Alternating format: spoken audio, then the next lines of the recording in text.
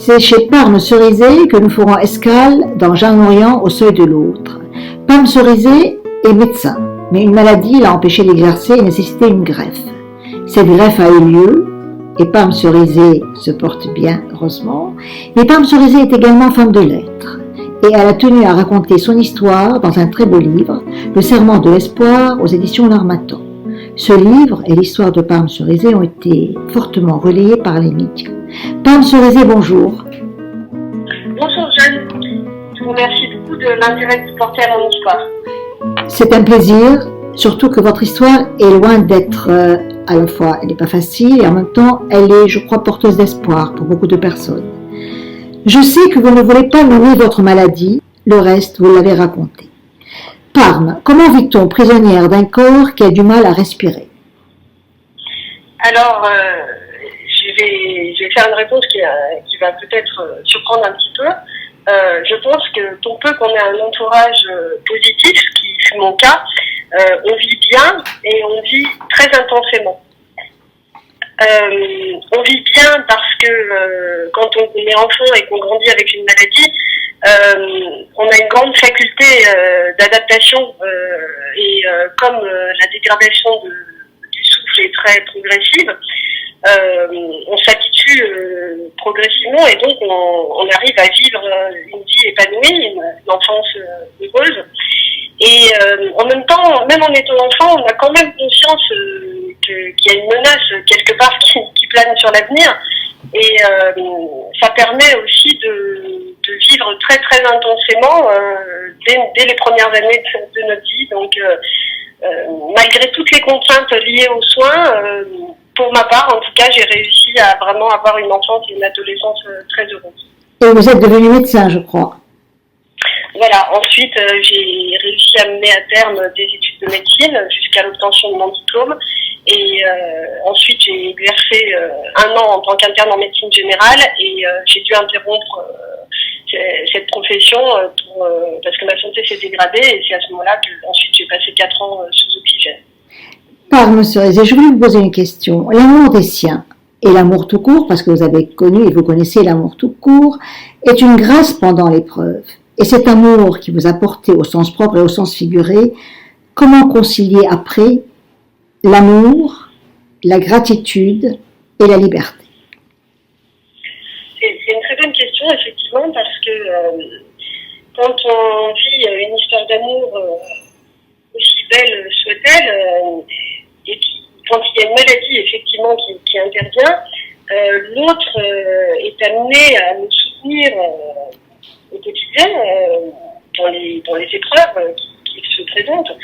Et effectivement, ça crée un lien qui est très très fort. Donc, je ressens pour ma part effectivement une gratitude très intense à la fois envers ma famille et envers notamment mon premier amour qui m'a énormément soutenue pendant des années lors de la dégradation de ma maladie, pendant l'attente de greffe et aussi ensuite après la greffe.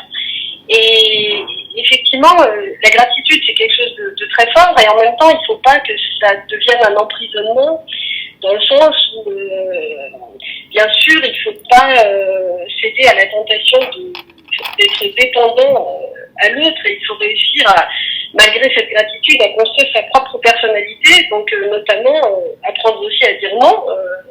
C'est difficile pour ma part, ça n'a pas été très difficile parce que j'ai toujours eu un tempérament assez affirmé, mais je sais que, en discutant avec certains amis, oui, pour des tempéraments peut-être plus discrets que le mien, ça peut parfois poser problème parce que on se sent forcément redevable à l'autre. Et en même temps, c'est pas non plus. Enfin, moi, j'ai été très préservée, j'ai eu énormément de chance dans mes rencontres amoureuses, donc j'ai pas du tout à me plaindre de mes amours, il n'y a aucun problème, au contraire.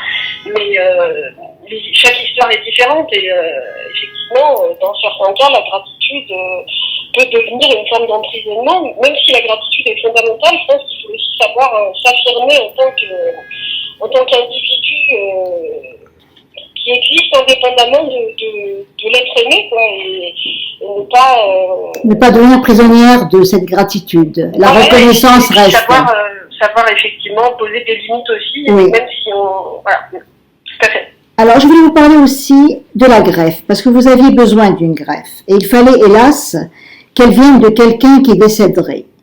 Comment attend-on ce genre de greffe? Alors effectivement, c'est le fait de devoir malheureusement attendre la mort de quelqu'un pour pouvoir recevoir ses poumons, c'est quelque chose que j'ai mis très longtemps à accepter.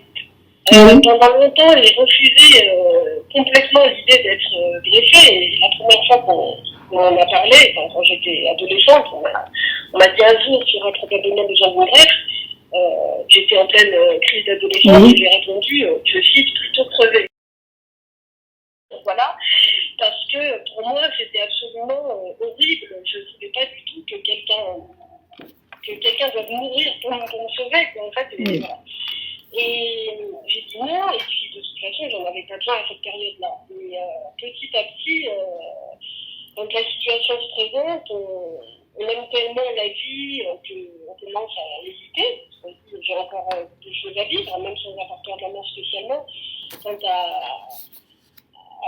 Quand on apprend et qu'on est jeune adulte, qu'on apprend qu'on est condamné à plus de quelques mois à vivre, même si on est en situation, on commence à se dire, même si c'est difficile, peut-être qu'il faut que je fasse un travail sur moi pour réfléchir à cette idée, pour l'envisager quand même. Et j'ai été au départ poussée par mon entourage principalement. En fait, j'ai accepté de faire ce lieu d'attente pour faire plaisir entre moi, à ma famille et à mon premier mari.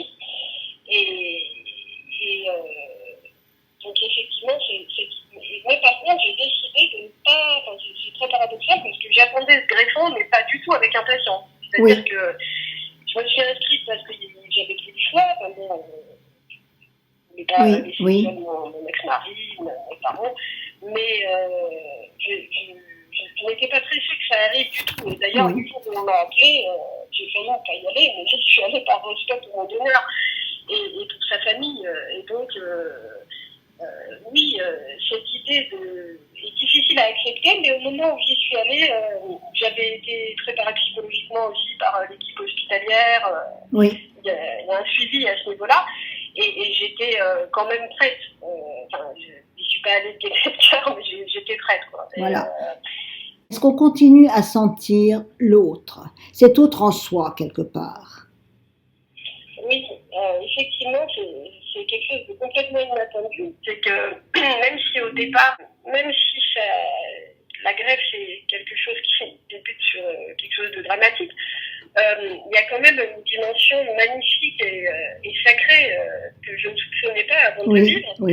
Parce que quand, dès les premiers instants où j'ai senti en moi le souffle de mon donneur, parce que c'est réellement ça qui s'est passé, c'est que je sentais que mes poumons se remplissaient bien plus qu'avant la greffe, et j'avais vraiment l'impression que quelqu'un m'insufflait de l'air, enfin que mon donneur m'insufflait sa force vitale, en fait, c'est quelque chose d'indescriptible. Donc vous avez pris le relais en quelque sorte de cette vie sacrée, voilà. Oui, j'ai vraiment eu l'impression dans les premiers temps qu'il respirait à travers moi. Et petit à petit, cette sensation s'est mélangée, enfin il y a eu un mélange de nos deux souffles, entre guillemets, et maintenant, oui, je pense à lui régulièrement parce que c'est très compliqué. À la fois ce sont mes poumons, mais en même temps, sa présence est présente. Est perceptible. J'y pense aussi à différentes occasions. Quand je suis en randonnée, puisqu'avant la greffe, j'ai passé 4 ans sous oxygène pendant lesquels je ne pouvais plus rien faire. Je ne pouvais plus faire de promenade, je ne savais même plus ce que c'était que courir, que danser. Et toutes ces choses que j'ai pu revivre depuis grâce à lui, donc la sensation de courir notamment, de pouvoir faire des grandes promenades, tout ça, je sens, c'est dans ces instants-là que je pense à lui notamment. Alors, moi j'ai trouvé dans vos poèmes, tous vos poèmes pratiquement, ou presque, je vais vous lire un. Nous sommes dans la clairière, on n'effacera jamais le sang qui s'écoule aux sources du moi et qui tremble dans les veines et les arbres de voie lactée. Ton regard sous la pluie, nous sommes morts, nous sommes pierres, au torrent évadé, nous sommes vie, de flots d'éternité. Votre gourmandise de vivre reste toujours dans cette victoire sur la mort. Vous élevez votre voix vivante, mais nous avons ce quelque chose qui a tremblé et qui tremble un peu encore, n'est-ce pas? Oui, effectivement, je pense que comme toutes les personnes probablement qui ont traversé des épreuves très dures, Oui, j'ai gardé, enfin, entre guillemets, la marque au fer rouge de cette destinée qui est en fait celle de la condition humaine et ce qui fait que je reste toujours à cheval entre vie et mort. oui, Bien sûr, la vie domine, mais j'ai cette conscience permanente d'avoir l'entière frôlé, réalité oui. qui est la vie, que je compare d'ailleurs souvent à une œuvre d'art. Pour moi, la vie, c'est effectivement une œuvre d'art à laquelle on participe et que l'on contribue à créer. Et cette œuvre d'art, elle est faite à la fois d'ombre et de lumière, et de vie et de mort, et c'est un ensemble qui est indissociable en moi, effectivement.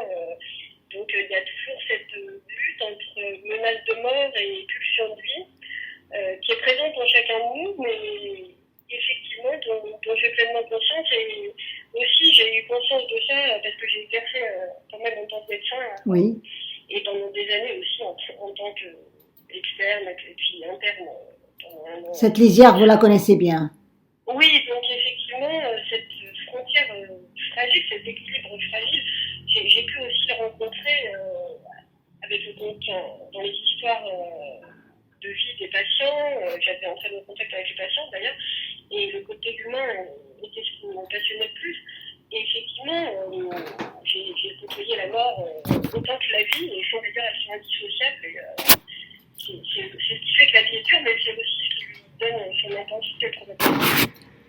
Pam, vous vous comparez souvent à une louve. Pourquoi c'est un animal en particulier? Alors, déjà, j'ai toujours été fascinée par le comportement animal. J'ai lu beaucoup de livres d'écologie. J'ai des chiens, depuis toujours d'ailleurs. Mais même si j'adore les chiens, le loup, pour moi, c'est quand même un symbole d'indépendance.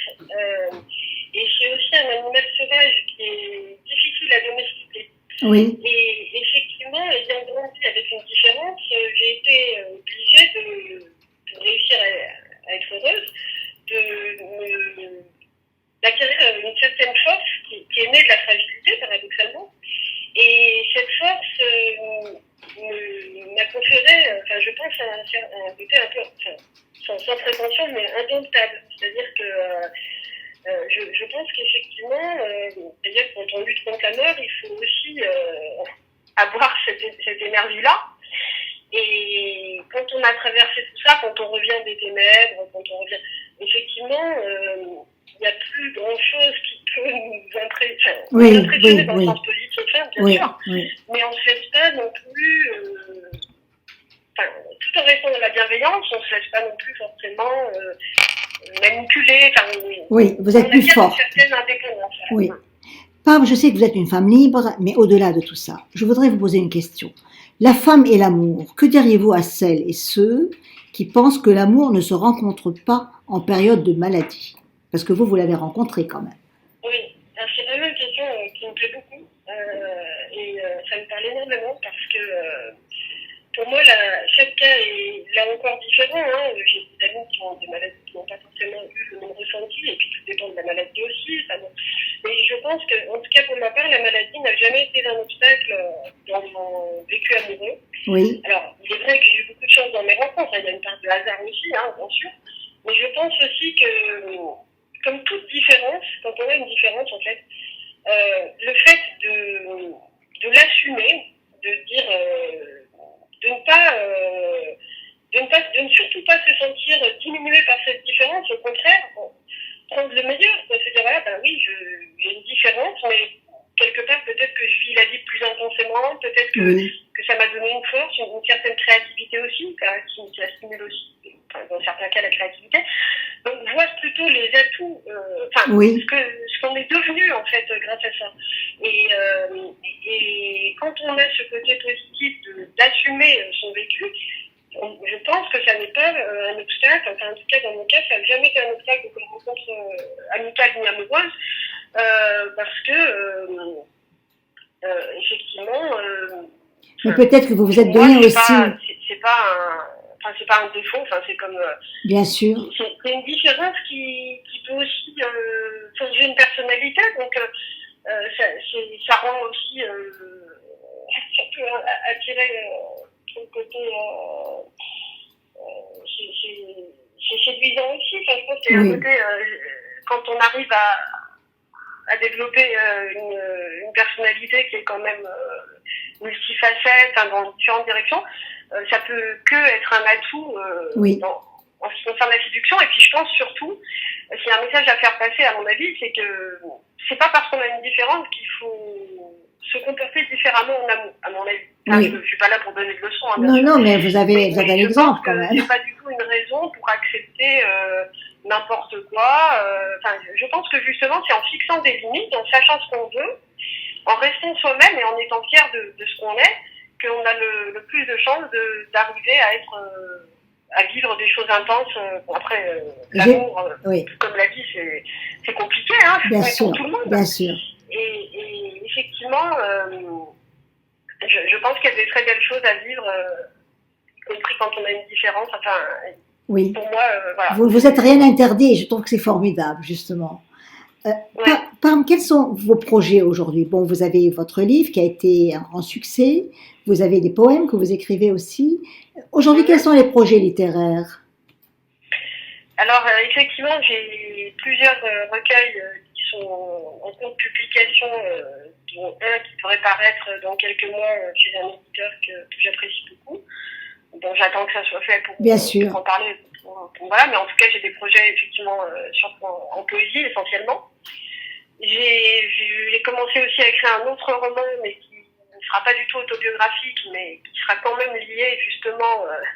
C'est amusant parce que c'est justement lié au thème de l'amour et du handicap, mais c'est plus le handicap là. C'est pas c'est pas lié à une maladie, c'est pas autobiographique, c'est plutôt suite à des discussions que j'ai eues avec des amis, notamment en fauteuil roulant, etc. Et après, d'autres projets, continuer à profiter de la nature et de la sensation de liberté extraordinaire que cela m'apporte. Et je marche beaucoup dans le Vercors, notamment, parce que c'est mon Éden sauvage. C'est vraiment... récemment, j'ai pu observer en plus des renards la nuit. C'est complètement magique. Et puis je fais aussi je randonne aussi en panoise, donc des projets de randonnée.